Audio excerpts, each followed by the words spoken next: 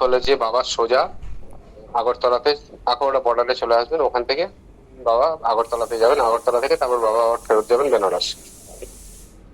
আর আমরা আখাউড়াতে আসবো, আখাউড়া থেকে আগরতলা থেকে পরের দিন আমাদের ফ্লাইটের টিকিট ছিল, আমরা ফেরত চলে যাবো। এরকম ঠিক হয়েছিল। তো অঞ্জলিদের এক আত্মীয়, মামাই সম্ভবত, ওনারা বাংলাদেশের ওই আখাউড়া বর্ডারের এখানেই থাকেন আর কি, কাছাকাছি। তো অঞ্জলিদের খুব ইচ্ছে ছিল যে বাবা ওখানে, ওনাদের মামার ওখানে, এই কারণে ওনারা খুব ভক্ত বাবাকে, যে ওখানে পাওয়ার জন্য মানে তারা খুব ব্যাকুল ছিলেন। তো লাস্ট পর্যন্ত বাবা অনুমতি দিলেন যে আমরা 10-15 মিনিটের জন্য ওখানে দাঁড়াবো, রাস্তায় দাঁড়িয়ে আবার বেরিয়ে চলে যাব। তো ওখানে ওরা মানে বিরাট আয়োজন করেছিলেন ওই 15 মিনিটের জন্য, এত বড় আয়োজন। তো আমরা সব গাড়ি নিয়ে ওখানে পৌঁছলাম, পৌঁছানোর পরে কি মানে ভব্য স্বাগত, সবাইকে এত সুন্দরভাবে স্বাগতম করে তারপরে সেবার ব্যবস্থা করেছিলেন বাবার জন্য। যে বাবা ওইখানে আধ ঘন্টা মতো থাকার পরে আবার আমরা গেলাম। তো বাংলাদেশের যে ওভারঅল যে এটা আমাদের যে মানে ভারত থেকে যারা গিয়েছিল তাদের যে এক্সপিরিয়েন্সটা ছিল যে মানে ভক্তি, খুবই ভক্ত মানুষ সবাই, সবাই মানে যাদের ওখানেই বাবা গেছেন, যাদের ইয়েতে দেখেছে, এবং হিন্দু মুসলমান নির্বিশেষে বাবার যে এত ভক্ত বাংলাদেশে থাকতে পারে আমার ধারণা ছিল না। আমাদের একটা নতুন জিনিস অনুভব হলো এখানে, যে বাবার কাছে জাতি ধর্ম নির্বিশেষে সবাই সমান। আর বাবা সবার মধ্যে নিজেকে দেখেন, মানে উনি এমন একখানা জায়গায় আছেন যে আমাদের যেমন আমরা যদি প্লেনে করে ওপরে যাই তখন দেখি যে নিচে সবকিছু সমান লাগে, বাবার ক্ষেত্রে একই জিনিস, বাবা সবাইকেই সমান দেখেন, সবার মধ্যে নিজেকে দেখেন আর কি, সবার মধ্যে গোবিন্দকে দেখেন। তো এই মানে এগুলো প্রত্যেকটা যত এক একটা ঘটনা হচ্ছিল তত এই জিনিসগুলো পরিষ্কার হচ্ছিল, এবং বাবা এগুলো করে দেখাচ্ছিলেন যে আমাদের যে গীতাতে লেখা আমরা যে পড়ি সেটা উনি অ্যাকচুয়াল প্র্যাকটিক্যালি আমাদেরকে এক্সপিরিয়েন্স করাচ্ছিলেন যে এরকম ভাবে পড়তে হবে। যতগুলো ঘটনা আমরা দেখলাম বাংলাদেশে, যে বিধানগড়ের বৈষ্ণব যে মহন্ত ছিল তার সঙ্গে ইন্টারাকশন, বা সবার সঙ্গে ইন্টারাকশনসে বাবা কিন্তু এই জিনিসটা বোঝাচ্ছিলেন, এবং সবার সঙ্গেই বাবা সমান ভাবে এবং সব জায়গায় সমান, যেখানেই মানে তার কোনো ড্রেসের কোনো চেঞ্জ নেই, একই ড্রেসে একই জায়গায় সবাই সবার সঙ্গে বাবা সমান ভাবে মিশছিলেন। আরেকটা জিনিস বাবা বলেছেন যেটা আমি ভক্তদের সামনে একটু বলতে চাই, সেটা হচ্ছে যে বাবা দেখতাম যে বাবা যখনই কেউ ছবি তুলতে আসতেন বাবা জামা খুলে মানে জামাটা খুলে দিতেন, বলতেন ছবি তোলা, ছবি তোলো। তো একবার কথা প্রসঙ্গে বাবাকে জিজ্ঞেস করেছেন যে বাবা এরকম জামাটা, আপনি জামাটা খুলে দিচ্ছেন, তো ছবিটা তোলার সময় জামা খোলাটা কিসের জন্য, একটা কৌতূহল হয়েছে। বাবা বললেন যে দেখো, আমার এই দিব্য শরীর, আমার এই দিব্য শরীরটা দর্শন করার জন্য, ছবি তোলার জন্য, মানে এটা সবার হয় না, এটা আমি সুযোগ দিচ্ছি যে তোমাদেরকে দেখার, দিব্য শরীরটা দর্শন কর। তো এটা বাবার ছিল, মানে বাবা এইসব জিনিসগুলো আমাদেরকে এক্সপ্লেন করতেন মাঝে মাঝে, যখন থাকতেন বাবা, যখন ফাঁকা থাকতেন তখন আমরা জিজ্ঞেস করলে এসব জিনিস বলতেন। এবার আমরা নির্ধারিত সময় মতো আখাউড়া বর্ডারে পৌঁছলাম। ওখানে ক্লিয়ারেন্স হওয়ার পরে সবার বাবা সেদিন ছিলেন অসীম শাহর বাড়িতে। তো অসীম শাহর বাড়িতে এবং ওখানে পৌঁছানোর পরেও বাবা সবার খবর রাখছেন যে কে কোথায় আছে, কোথায় আছেন। এর মধ্যেই আমাদের ছন্দাদের 2-3বার ফোন এসে গেল, দাদা আপনি কোথায়। আমরা তখন জগন্নাথ মন্দিরে ছিলাম, সেবার জন্য আসতেই হবে। এবং যখন সেবার জন্য গেলাম তখন দেখলাম বাবা বসে আছেন, এবং সেই হাসি মুখে বসে আছেন, এত ক্লান্তি, এত দিনের এত বাবার মধ্যে কোনো ক্লান্তি নেই। উনি বসে আছেন এবং সবাইকে এর জন্য সবার কথা জিজ্ঞেস করছেন, ও মা কোথায় আছে, ইনি কোথায় আছেন, তখনও বসে করছেন আর কি। তারপরে বললাম বাবা যে আমরা কালকে সকালবেলায় বেরিয়ে যাবো। বাবা বললেন ঠিক আছে যাও। এবং তারপরে আরেকখানা জিনিস বলে দিলেন যে এবার আমাদের উত্তর কাশীর প্ল্যান, আমাদের বাংলাদেশের রেস কাটানোর উত্তর কাশীর প্ল্যানের জন্য। মিহিরামন আমাকে বললেন যে দাদা এবার উত্তর কাশীর জন্য প্ল্যান করতে হবে, এবং উত্তর কাশী যে বাবার সঙ্গে উত্তর কাশী যাব, কাশীর মানে উত্তর কাশী হচ্ছে যে ওই জায়গাটার মহত্ব হচ্ছে মানে এটা কলিযুগের কাশী। ওইখানে যে বাবার সঙ্গে যাব, বাবা 10 দিন থাকবেন ওখানে, এতজন ভক্ত যাবে, তাদেরকে ব্যবস্থা করতে হবে, এবং জায়গাটা খুবই দুর্গম। মানে উত্তর কাশীতে ডাইরেক্টলি ফ্লাইট তো যায় না, দেরাদুন অথবা হরিদ্বার থেকে গাড়িতে করে যেতে হয়, রাস্তায় যেতে হয়, অনেকটা জার্নি, 6-7 ঘন্টার জার্নি।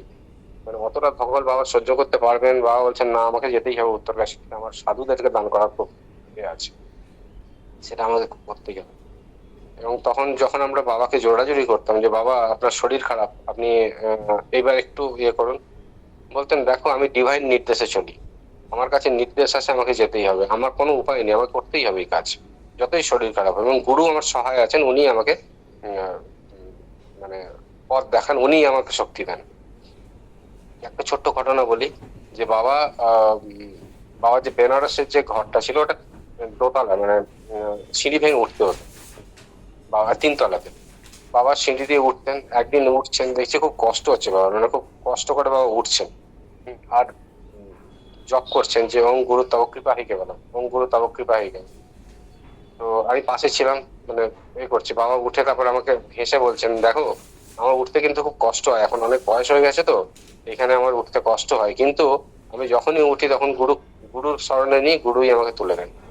এই হচ্ছে বাবা, মানে বাবা সবসময় গুরুর চরণে আশ্রিত ছিলেন, এবং প্রত্যেক মুহূর্তে উনি গুরুকেই সঙ্গে করতেন, এবং গুরুই ওনার সমস্ত দায়ভার নিয়েছিলেন।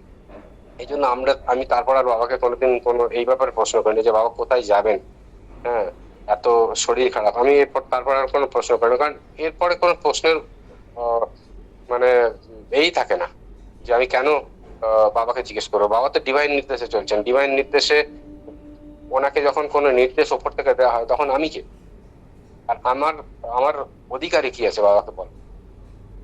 যাই হোক, তো হীরামনটা আগে গিয়েছিল, আগে গিয়ে উত্তরকাশী যে জায়গাটা দেখে এসেছিল, এবং সেইখানে জায়গাটা দেখে এসে তাদেরকে আহ যে গেস্ট হাউসটা আমরা থাকবো কালীধাম গেস্ট হাউসে, ওখানে কথা বলে এসেছিল। কিন্তু বাবা বারবার করছেন যে না তোমরা যাও, নিজেরা দেখো, গিয়ে দেখে ব্যবস্থা করে এসো, এবং তার পেছনে নিশ্চয়ই কোনো কারণ ছিল যেটা আমরা পরে গিয়ে বুঝতে পারি। তো আমরা তারপরে এসেই প্ল্যান করলাম যে আমাদেরকে উত্তরকাশী যেতে হবে, উত্তরকাশী গিয়ে সমস্ত ব্যবস্থা করে আসতে হবে। তো হীরামনটা গিয়ে কথা বলে এসেছিল, সমস্ত কিছু করেও এসেছিল। তারপরেও আমি আর হীরামন দুজনে গিয়ে উত্তরকাশীর এতে গেলাম। বাবা দেখলাম যে বাবা খোঁজ নিচ্ছেন রাস্তায়, তোমরা কোথায় পৌঁছলে। তো আমি দিল্লি থেকে আমরা দুজন গেলাম, দিল্লি থেকে গিয়ে তারপর ওখান থেকে উত্তরকাশীতে বাসে করে গেলাম, পুরো ট্যুরটা দেখার জন্য যে কিরকম ভাবে কোথা থেকে বাস করতে হবে না করতে হবে। এবং বাবা উত্তরকাশীতে যাওয়ার আগে ঋষিকেশে থাকবেন বলেছিলেন, মানে ঋষিকেশে আমার থাকার ইচ্ছা আছে, ঋষিকেশে তোমরা ব্যবস্থা করো, ঋষিকেশে বাবা থাকার ব্যবস্থা করো। আমাদের প্ল্যান ছিল যে উত্তরকাশীতেই সব ভক্তরা যাবে, ওখানে মিট হবে। কিন্তু পরে এটা চেঞ্জ হয়ে বাবা সবাইকে ইয়ে করতে বললেন যে না সবাই ঋষিকেশে আসুন, ঋষিকেশে আমরা একসঙ্গে ওখান থেকে বাসে করে যাবো। তো এইবার চ্যালেঞ্জটা হচ্ছে মানে কিরকম ভাবে যে বাবা কেন আমাদেরকে বলছিলেন সেটা গিয়ে বুঝলাম। আমার এই এক্সপিরিয়েন্সটা ইন্দোরেও ছিল। তো ইন্দোরেও যখন অর্গানাইজ করতে গেলাম, যখন আমাদেরকে পাঠালেন তখন বুঝলাম যে কত কঠিন জিনিস ছিল, এবং বাবা কেন বলছেন আমাদেরকে যেতে। সেই রকম উত্তরকাশীতে একই জিনিস হলো। উত্তরকাশীতে আমরা পৌঁছানোর পরে যে কালীধাম গেস্ট হাউসে যখন গেলাম তখন দেখি আমাদের যে কথা মতো ওদের যে যতগুলো রুম দেওয়ার কথা ছিল সেই রুমগুলো কিন্তু কোনো একটা বিয়ে বাড়ির জন্য বুক করে ফেলেছে। তো আমাদের তো মাথায় হাত, আমরা কি করে করবো। তো ওদের যে ম্যানেজার ছিল তার সঙ্গে কথা বললাম, ম্যানেজার বলছে দেখুন দাদা এটা তো সব অনলাইনে বুকিং হয়, কলকাতা থেকে কেউ বুকিং করে দিয়েছে, আমরা কি করে করবো। আমরা বললাম আমরা যে বলে গেছি, আপনাদের সঙ্গে কথাবার্তা হয়ে গেছে, আপনারা যে অ্যাডভান্স দিয়ে গেছি, আমরা এতগুলো রুম আমরা নেবো, এতজন লোক আমাদের আসবে, এত ভক্ত আসবে, আমাদের কি করে করা যায়। বলছে আমি তো কিছু করতে পারবো না, অনলাইনে হয়ে যায়। তো আমি বললাম তাহলে আহ এর ইয়ে কি আছে, আমরা এখন বুক করে যাবো, তারপরে আপনি বলবেন যে অনলাইনে সমস্ত বুক হয়ে গেছে, আমাদের থাকার জায়গা থাকবে না, তখন কি হবে। এত যে এত বয়স্ক একজন পদ্মশ্রীকে আমরা নিয়ে আসছি, তার সঙ্গে এত ভক্ত আছে, কি করে ব্যবস্থা হবে এখানে। আর এটা তো কাছে দূরে ইয়ে না, কমসে কম 7 ঘন্টা জার্নি। তো আমরা ওই কালীধাম গেস্ট হাউসের পরেও পাশাপাশি আরো অনেক গেস্ট হাউসে গেলাম, গিয়ে ঘুরলাম, কিন্তু কোনো জায়গাটা পছন্দ হলো না ঠিক করে। তা আমরা ঠিক করলাম যে এবার নামের লিস্ট আমাদের কাছে মোটামুটি এসে গিয়েছিল যে কতজন যাবে, একটা আইডিয়া ছিল। সেই আইডিয়া অনুযায়ী আমরা ওনাকে বললাম যে তুমি আমাকে ঘরের নাম্বার লিখে লিখে দাও, কোন রুমে আমরা কে থাকবে সেই ব্যবস্থা করে আমরা দুজনে মিলে প্ল্যান করলাম যে আমরা এরকম ব্যবস্থা করবো, এতগুলো রুম আমাদের লাগবে, আর কোন রুমে কতজন থাকতে পারবে, কি ব্যবস্থা, সমস্ত রুম আমরা খুলে খুলে দেখবো এক একটা করে।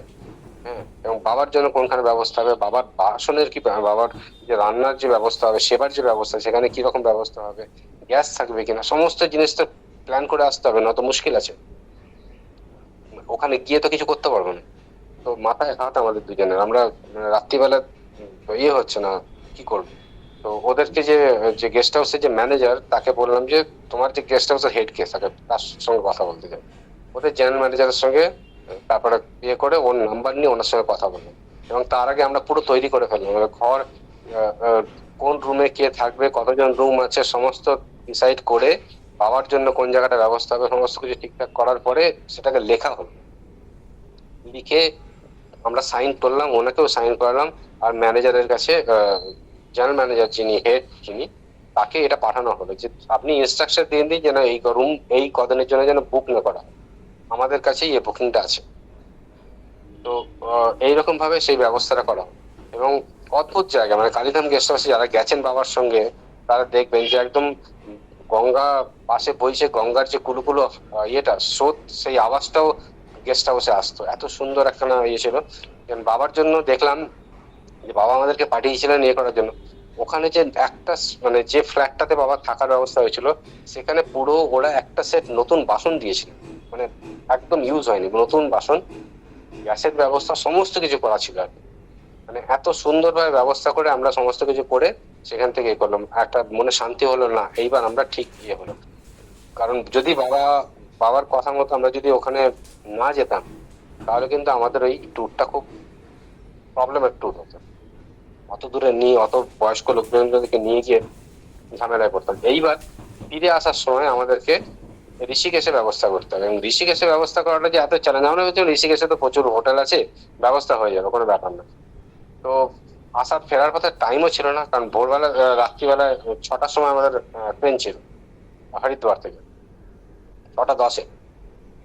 আমরা ফেরত আসছি, ফেরত এসে এইবার আমার বন্ধু যে ছিল ইয়েতে, হরিদ্বারে থাকে, ওর সঙ্গে কথা হয়েছিল। ও বলেছিল, মানে আমার কলিগ ছিল আর কি, ও বলছিল আমি ব্যবস্থা করব, ওর একজন বন্ধু আছে ওখানে, দোকান আছে, বললো ও ব্যবস্থা করে দেবে, কিছু রুম ইয়ে কিছু হোটেল দেখে রেখেছে। এবং তখন আমাদের হিসাব ছিল যে আমরা কয়েকজন বাবার সঙ্গে থাকবো। তারপরে পরে পরে দেখতে শুরু করলাম যে সবাই রিকোয়েস্ট করছে যে আমরা ঋষিকেশে বাবার সঙ্গে থাকবো। এবার অতজনের ব্যবস্থা করাটা তো একটা ইয়ে, ঋষিকেশে ওরকম বড় হোটেল তো মুশকিল আছে, প্রচুর কস্টলি। আমরা মানে এদিক থেকে ওদিক দৌড়াদৌড়ি করছি, বুঝতে পারছি না যে কি হবে। তো তারপরে এই যে যার সঙ্গে আমাদের ইয়ে হয়েছিল, যে বন্ধু এসেছিলেন, ও এসে অনেকগুলো জায়গায় নিয়ে গেল, কোনো জায়গাটা আমাদের পছন্দ হয়নি। এবং যে জায়গা পছন্দ হলে সেই জায়গা বুক হয়ে গেছে অলরেডি। তো টাইমও চলে আসছে, আমাদেরকে ফিরতে হবে। আর ঋষিকেশ আর হরিদ্বার মাঝখানে প্রচন্ড জাম লাগে, মাথায় খুব চিন্তা। তো একটা জায়গায় লাস্টে নিয়ে গেল, সেখানে কথাবার্তা হওয়ার পর জায়গাটা দেখে আমাদের পছন্দ হলো। এবং ওখানে অনেকগুলো রুম ছিল, বাবার সেবার ব্যবস্থা সমস্ত কিছু করা যেতে পারতো। দেখি আমরা সেখানে বুক করলাম। বুক করার পরে এইবার যে বাবা আমাদেরকে যে ওখান থেকেও কন্ট্রোল করছেন, সেটা কিরকম ভাবে বুঝলাম। আমাদের মানে তখন বাজে 4টে মতো, 4টে মতো বাজে। এবার আমাদেরকে পৌঁছতেই হবে, মানে ঘন্টাখানেক তো লাগবেই, আর রাস্তা প্রচন্ড জ্যাম, স্টেশনে পৌঁছতে পারবো না, ট্রেন ছেড়ে যাবে। ঋষিকেশ থেকে হরিদ্বার যেতে যেতে হয়তো ট্রেন ছেড়ে যাবে, এরকম অবস্থা ছিল। আমরা গাড়ি ওখানে, অটো দেখছি, তারপরে গাড়ি দেখছি, কোনো গাড়ি কোনো অটো ওইদিকে যাবে না। সেদিন কোনো একটা প্রোগ্রাম ছিল খুব সম্ভবত, কেউ ওইদিকে যেতে চাইছে না। তারপরে দেখি একটা ওয়াগনার গাড়ি আমাদের সামনে এসে দাঁড়ালো। এবং সেই যে ড্রাইভার ছিল, সে ড্রাইভার হচ্ছে আমার যিনি এটা দেখাচ্ছিলেন, তার পরিচিত। আর আমাদের যে ব্যবস্থা করেছিলেন আমার যে কলিগ, তার পরিচিত, তাকে দেখে দাঁড়িয়ে গেছে। তো আহ, ও বলছে যে ওর নাম ছিল ব্রহ্মপাল, ব্রহ্মপালই ও সমস্ত ব্যবস্থা করেছিল। এবং বাবার যে হরিদ্বারে যে গ্যাসের ব্যবস্থা করেছিল সেবার জন্য, সেই সেবার ব্যবস্থা হচ্ছে ব্রহ্মপালই করেছিল, মানে খুব ভক্ত আর কি। তো ব্রহ্মপাল বলছেন যে স্যার আপ ইস কার মে চলে যাও। হ্যাঁ, আমরা বললাম, এই কারে যাবো, কিরকম। তো যে চালাচ্ছিলেন আর কি, আমার ওর বন্ধু আর কি, বলছে স্যার আপ ইধার আ যাও, मैं आपको छोड़ दूंगा। এবং হাতে 1 ঘন্টা টাইম আছে, রাস্তায় প্রচন্ড জ্যাম, বললো আমি তোমাকে ছেড়ে দেবো, কোনো ইয়ে নেই, আমরা নিশ্চিন্ত হয়ে গাড়িতে উঠলাম, তাও তো ভাবছি যে পৌঁছাতে পারবো কিনা, রাস্তায় কতটা জ্যাম আছে। এবং ঠিক 15 মিনিট আগে ও আমাদেরকে পৌঁছে দেয় হরিদ্বার স্টেশনে। এবং অদ্ভুত ঘটনা, হরিদ্বার স্টেশনে পৌঁছানোর পরে বাবার ফোন, এবং সেটা হচ্ছে ভিডিও কল ওখান থেকে। মানে বাবা যে আমাদেরকে লক্ষ্য রাখছেন সেটা বুঝতে পারলো। আমাকে বলছে যে ব্যবস্থা হয়ে গেছে, মানে হ্যাঁ বাবা, ব্যবস্থা হয়েছে, আপনার কৃপাতে সমস্ত ব্যবস্থা হচ্ছে। তখন হাসছেন বাবা, বলছেন যে ঠিক আছে, তাহলে হরিদ্বার ঋষিকেশ, ঋষিকেশের পরে, এবং বাবা প্ল্যান করে দিলেন যে ঋষিকেশের পরে আমরা যাব উত্তরকাশী। উত্তরকাশীতে কদিন থাকবো, কিরকম ভাবে থাকবো, সেসব জিনিসের ব্যবস্থা করা হলো। তো এই যে ঘটনাগুলো, মানে গুরুজি আমাদেরকে সবসময় লক্ষ্য রাখছেন, এবং উনি আমাদেরকে কাজে পাঠিয়েছেন। কিন্তু মানে যেরকম আমার ওই গীতা সবসময় ওই কথাটা মনে পড়ে, অর্জুনকে শ্রীকৃষ্ণ বলছেন যে তোমার কাজ হচ্ছে যুদ্ধ করা, তুমি যুদ্ধ করো, হার জিত তোমার হাত নেই, হার জিতের ওপর তোমার কোনো অধিকার নেই, ওটা আমার আমার তুমি যুদ্ধ করো, তোমার যে কর্তব্য সেটা তুমি করো। বাবা সেই জিনিসটা আমাদেরকে বলবেন যে তোমাদেরকে আমি বলেছি তুমি করো, তারপরে কি হচ্ছে না হচ্ছে সেটা আমি দেখে নেবো। এই জিনিসটাই হলো যে যখন আমরা গেলাম, গিয়ে এত টেনশন, এত গাড়ি পাবো কিনা, কোনখানে আছে কিনা, সবকিছু ব্যবস্থা হয়ে গেল, এত সুন্দর ব্যবস্থা হয়ে গেল। আলটিমেটলি দেখলাম যে আমরা যে ট্যুরটার জন্য প্ল্যান করেছিলাম সেই ট্যুরটা নিখুঁত ভাবে প্ল্যান হয়েছে। এটা বাবার কৃপা ছাড়া সম্ভব না। বারংবার বাবা এটা বলেছেন, বারংবার বাবা এটা দেখিয়েছেন যে তোমরা চলতে থাকো, আমি তোমার সঙ্গে আছি, আমি তোমাকে নিয়ে যাবো কিরম ভাবে করতে হবে, আমি তোমাকে রাস্তা দেখাবো, তুমি শুধু চলো। তো এইটাই হচ্ছে একটা এক্সপিরিয়েন্স বললাম। এরপরে আমরা কালকে আমি হরিদ্বারের ঋষিকেশের বাবার যে এটা সেটা বলবো।